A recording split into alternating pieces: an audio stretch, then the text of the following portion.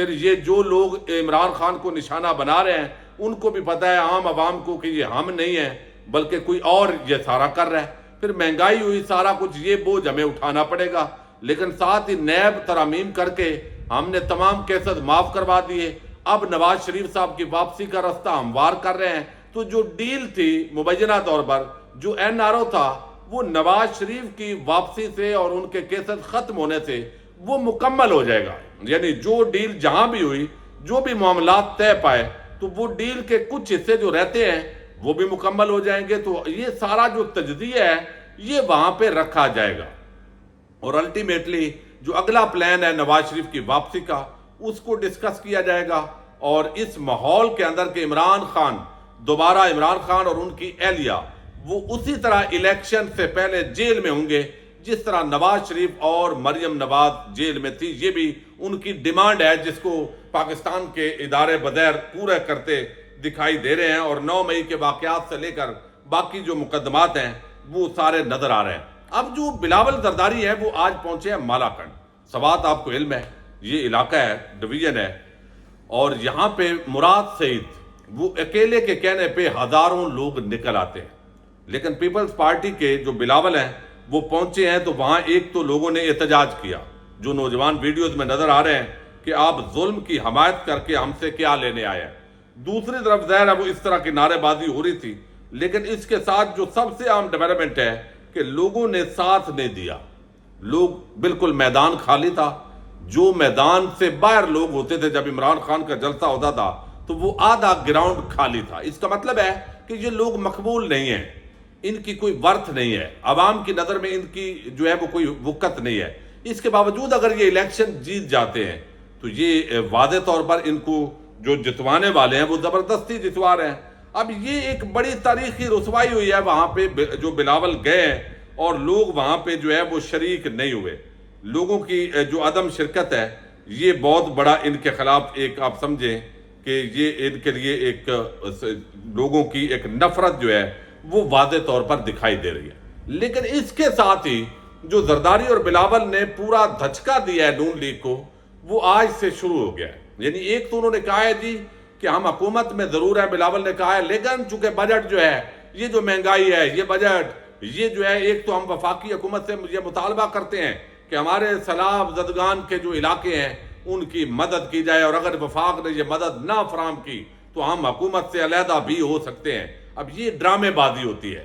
یعنی آج 2023 کے اندر بھی اگر یہ طبقہ عوام کو اتنا بے وقوف سمجھ رہا ہے تو آپ اندازہ کریں پھر ہمارے شعور کا کتنا بڑا امتحان ہے. اب یہ ڈرامے ہیں, الیکشن سے پہلے انہوں نے آپس کے اندر تو تکرار کرنی ہے. دوسرا اس نے کہا جی یہ بجٹ ہم حکومت میں ضرور ہے, وزارت خارجہ الحمدللہ میں نے دورے کیے, بڑی کامیابیاں ملی, لیکن جو بجٹ ہے وہ اسحاق ڈار نے بنایا ہے. یعنی یہ جو بھی آپ کو ریلیف ملے نہ ملے, غربت ہو, بے روزگاری ہو, اندھیر نگری ہو, خودکشیاں ہوں, ڈاکے ہوں, جو بھی ہے, یہ چونکہ سارا تعلق ہے اس کا اسحاق ڈار اور حکومت کے ساتھ, وزیر اعظم کے ساتھ, لہذا اس کے ہم جواب دار نہیں ہیں. ہم تو میٹھا میٹھا کھانے کے عادی ہیں, کڑوے کڑوے کے عادی نہیں ہیں. ایک انہوں نے یہ بتایا.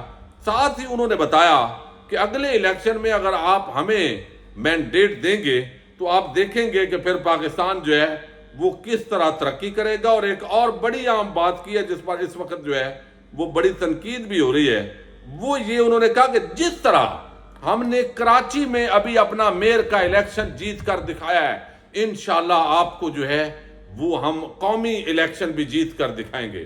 بھئی وہ تو آپ نہیں جیتے, آپ کو جتوایا گیا. پولیس فورس نے اور باقی آپ کے جتنے بھی بھاڑے کے لوگ تھے انہوں نے پی ٹی آئی جو ہے اس کو زیر عتاب لائے, 9 مئی کے واقعات کا بہانہ بنایا, ان کو قید کر لیا, لاپتہ کر دیا, ان کے ووٹ نہیں پڑے, جو موجود تھے ان کو بھی دھمکایا گیا, گھروں کے دروازے توڑے گئے. اس انداز کے اندر آپ نے وہ ووٹ حاصل کیے. اگر اسی طرح لینا ہے یہ تو بہت بڑی دھاندل ہے, بلکہ یہ بدماشی کے زور پر آپ میئر بنے ہیں.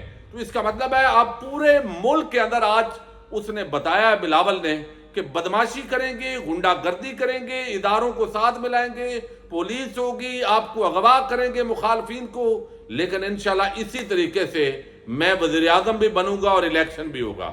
تو یہ بہت الارمنگ سچویشن ہے, بہت بڑی عوام کو دھمکی لگائی ہے آج بلاول زرداری نے، اور جو سارا ملبہ ہے آصف زرداری کے کہنے پر اور بلاول کے، وہ انہوں نے کہا ہے جی یہ جو گند کا ٹوکرا ہے پی ڈی ایم کا، وہ تو ہم نہیں اٹھا رہے چونکہ ہم پی ڈی ایم کا تو حصہ ہی نہیں ہے.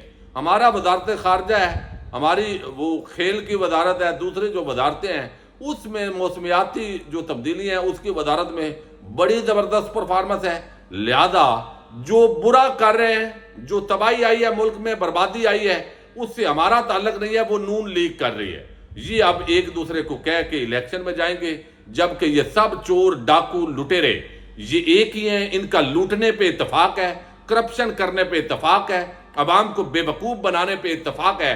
لیکن قوم کو بہرحال ان سے جواب لینا چاہیے جو یہ بہترین کردار جو ہے دوبارہ عوام پر مسلط کرنے کے لیے لائے ہیں. اب یہ دیکھنا ہے، شعور کا امتحان ہے، ووٹ ہوتے ہیں. ساتھ ہی انہوں نے کہا کہ جو اتحادی ہے، بلاول نے تقریر میں کہا، ظاہر ہے آصف زرداری اور بلاول ایک ہے، اس نے کہا کہ میں اتحادیوں کو ہم نے کہا ہے ہمت کرو، آؤ الیکشن لڑتے ہیں. تو اس کا مطلب ہے جو اتحادی ہیں وہ ابھی ہمت نہیں کر رہے، ابھی بھی ان کے ذہن میں یہ ہے کہ الیکشن 6 مہینے ڈیلے کروا لیا جائے. لیکن ان کو کہا ہے کہ ہمت کریں، چونکہ ہمارا تو کام صاف ہے، سندھ پورا ہمیں ٹھیکے پہ ملا ہوا ہے. یاد سندھ کے لوگ جو ہے ان کے آگے زرداریوں اور بھٹو اور ان کے آگے شاید بیچ دیے گئے ہیں، یا ان سے کیا وصولی کس نے کی ہے. باقی کچھ سیٹیں لیں گے، کچھ مدد لیں گے اداروں سے، اور اس طرح اس قوم پر چڑھ دوڑیں گے. یہ ایک بڑا عجیب سسٹم ہے. بہرحال یہ نون لیگ اور باقی اب اپنی اپنی سیاست کرتے ہوئے چند دنوں بعد، 1 مہینے بعد آپ کو نظر آئیں گے، پھر ایک دوسرے کو گالیاں دیں گے، مصنوعی قسم کی جنگ ہوگی. جب حلقوں کے الیکشن ہو جائیں گے اس کے بعد یہ سارے پھر مل کے عوام کو کھا رہے ہوں گے اس ملک کو. یہ اب دیکھنا ہے کہ عوام تحریک انصاف کو ریجیکٹ کرتی ہے. عمران خان اگر ان کو قید کر دیا جاتا ہے تو کیا امتحان میں پاس ہوتی ہے یا پھر تنہا چھوڑ دیتی ہے. یہ قوم کی سطح پر فتح اور شکست ہوگی. اجازت دیجیے گا، اللہ حافظ.